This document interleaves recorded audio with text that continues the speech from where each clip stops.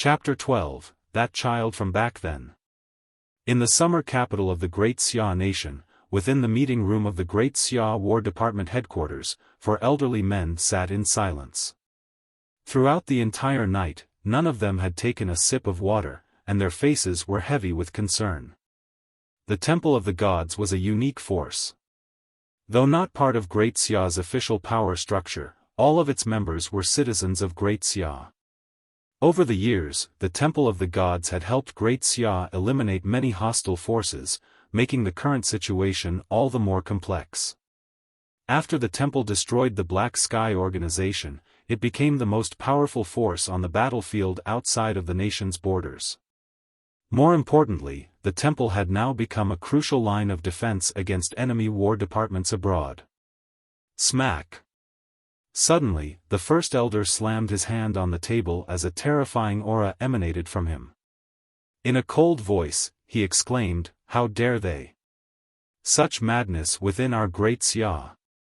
Investigate this matter thoroughly and punish those responsible without mercy. We cannot let our younger generation, who fight for us on foreign battlefields, be disheartened by such acts." The second elder nodded in agreement. Indeed. The Temple of the Gods is unlike any long-established organization outside our borders. They rose to power in just 5 short years, cutting their way through countless powerful foreign groups. They've already wiped out hundreds of hostile organizations in those foreign lands. Wang Tianxue, his teeth clenched, spoke next. "First elder, second elder, forgive me for overstepping, but I need to express my thoughts. The Temple of the Gods, or more specifically its leader, seems to have a friendly stance toward Great Xia.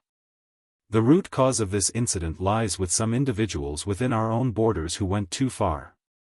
The temple is not to blame here, it's us." As Wang Tianxue spoke, he projected an image onto the wall.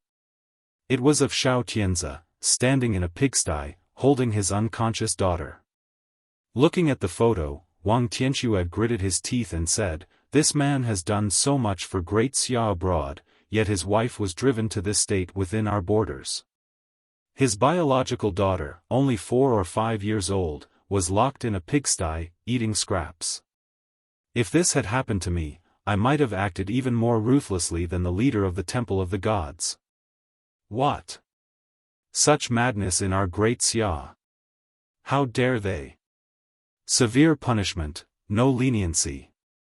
The first elder shouted as he slammed the table, standing up after seeing Shao Tianzi holding his unconscious daughter, blood spilling from his mouth.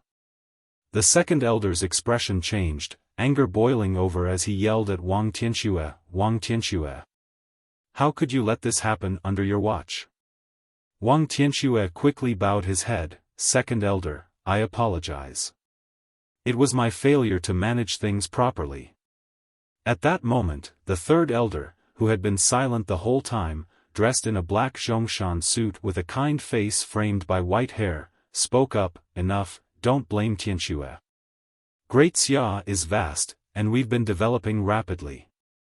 When things grow fast, certain aspects can't keep up. He's already overwhelmed monitoring the 9 domains of Great Xia. Besides, Tianxue just echoed my thoughts, so let me continue." The third elder's next words left everyone in shock. He smiled and said, "Don't worry too much, and don't think this situation is as bad as it seems. After all, I know this person." "What? You know Shao Tianzi?" The first elder looked at him in disbelief. The third elder's eyes glimmered with reminiscence as he nodded with a smile. "Yes, I do. Remember last year when I was trapped on the western battlefield? It was him who rescued me, along with more than 800 other Great Xia citizens. He's a good kid." He paused, glanced around the room, and added, "And he has ties to some of you as well." The second elder frowned slightly, puzzled. "Ties to us?" The third elder took a deep breath and nodded. "Yes. This child is the descendant of Jiang Chen. He is the grandson of Shao Zhantian." "Impossible." The fourth elder, Zhang Gua, stood up in shock. You're kidding me, right? I've known Zhangtian for years. He only has 2 grandsons, and neither of them is named Xiao Tianzi. The other elders, including Wang Tianxue, nodded in agreement. After all, they all knew General Xiao Zhangtian, one of the top 10 figures in Great Xia's war department, still stationed on the western battlefield. Seeing their reactions, the third elder's face turned serious as he continued, I'm not lying. It's true. Names can change. Have you all forgotten the Xiao family incident 6 years ago? When Zhangtian couldn't leave the western battlefield, didn't the fourth elder go to the Xiao family on his behalf? At these words, the fourth elder's face changed dramatically. His mind raced, and he suddenly exclaimed, so it's him? Cold night. Yes, Xiao Zhangtian had 2 grandsons. The eldest was Xiao Hanya. 6 years ago, after the family upheaval, Xiao Hanya's stepmother exiled him, and he disappeared. So, it's that child. It's him. How could he have grown so powerful in these 6 years? The third elder's voice deepened. What did he go through? His mother died, his father remarried, and he was exiled. Stripped of his inheritance, poisoned, hunted, what wouldn't he have experienced? After the third elder finished, the room fell into silence. He had secretly investigated Xiao Tianzi's identity after their encounter last year, discovering the boy's true lineage. After a long pause, the third elder sighed, he's a good kid, a true son of Great Xia. And he's Xiao Zhangtian's blood. We can't treat him coldly. Besides, we're in no position to go against him. We need to speak with him. He's hidden for 6 years, built a mighty force abroad, and now that he knows he has a daughter here, he's not leaving soon. Let's have a proper talk, he's the future of Great Xia.